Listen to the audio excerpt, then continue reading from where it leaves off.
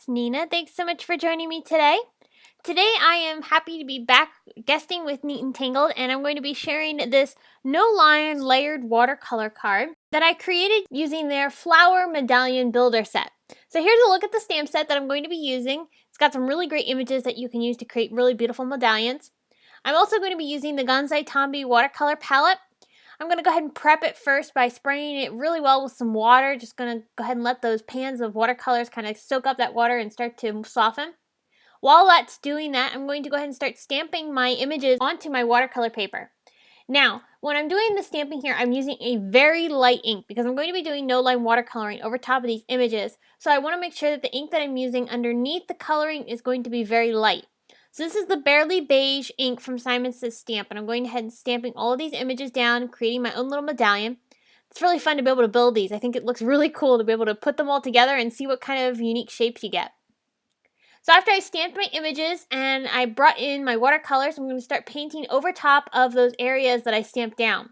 Now I want to create a rainbow look here, so I'm actually going to start off with purple and fan out with the rainbow color spectrum all the way out to the edges. So it'll be purple, and then I'll bring in some blues and greens here.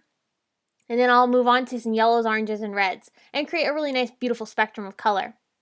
So as I'm coloring, I'm using a water brush here from Simon Says Stamp. This is a very small water brush, but it's perfect for getting into small areas such as on these medallions.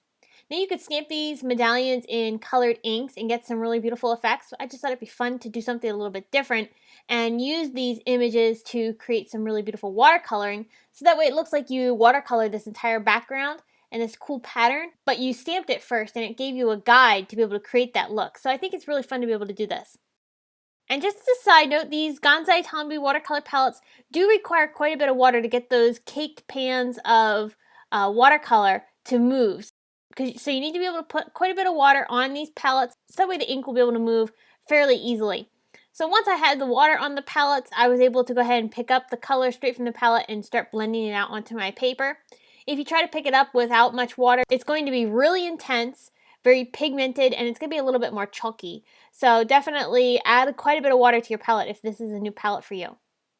Alright, so I'm going to continue coloring these in until I've gotten base coats down. Now it's time to go ahead and add in some layering effects. So I'm going to bring in some of the smaller images and start layering these pieces onto my paper. I used colored inks for this because after I've already added the coloring, the lighter inks wouldn't show up onto the stamping, so you need to use a darker ink. Here I'm bringing in some Malibu ink. I used purple for the flower center. Now for the Malibu, I didn't actually blend that out. I liked the look that it gave me without blending it out with the watercolors, so I went ahead and left that there. But here, now that I'm adding the second pattern on top of these yellow petals, I'm now going to go back over top of this with the yellow ink, and that's going to make it look like the design's been watercolored onto this petal. So after I've gone ahead and colored in the rest of these images, I'm going to darken up these oranges a little bit just because I didn't like how similar they were to the yellow. I wanted them to have a little bit more contrast. So my coloring is all finished at this point, and I want to go ahead and add some artistic details by using some splattering effects. So I'm going to pick up a larger water brush and kind of fill it up with quite a bit of ink on the tip and start flicking this over top of my paper.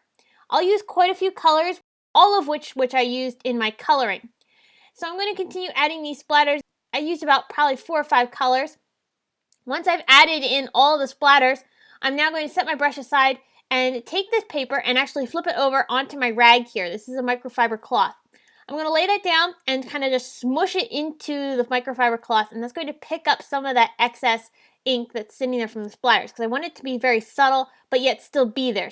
So by picking it up, it created a really neat, beautiful effect. Okay, so after I've done the coloring, I'm going to move on to creating my sentiment. My sentiment is also from that Flower Medallion Builder set. This says, "With thanks." I really love this bold, simple font from this stamp set. The sentiments in there are all in this same style, and I really like it because it matches with so many different cards. I heat embossed this onto some purple cardstock from Simon Says Stamp, and then I'm going to take this into my Tonic Mini Trimmer and trim this down into a little sentiment strip. So I will now be able to add this onto my card along the bottom area.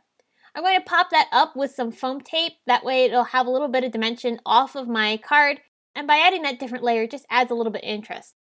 So my final bit of embellishing is I'm going to take some Nuvo Jewel Drops And using the same color pattern that I used on the watercoloring, I'm going to add little dots of color. Now, what I love about these Nuvo drops is that they dry raised. So in this particular case, the jewel drops, once it dries, it'll be a clear drop with a tint of color. So for instance, the orange, it's clear, but it has a tint of orange. And same for the other colors. So after I've added all these down, you can see they have a cloudy look, but once they dry, they will be super clear and so beautiful. They catch the light perfectly. So I'll go ahead and show you that here in this photo. You can see how those Nuvo drops look after they've dried. It is so pretty.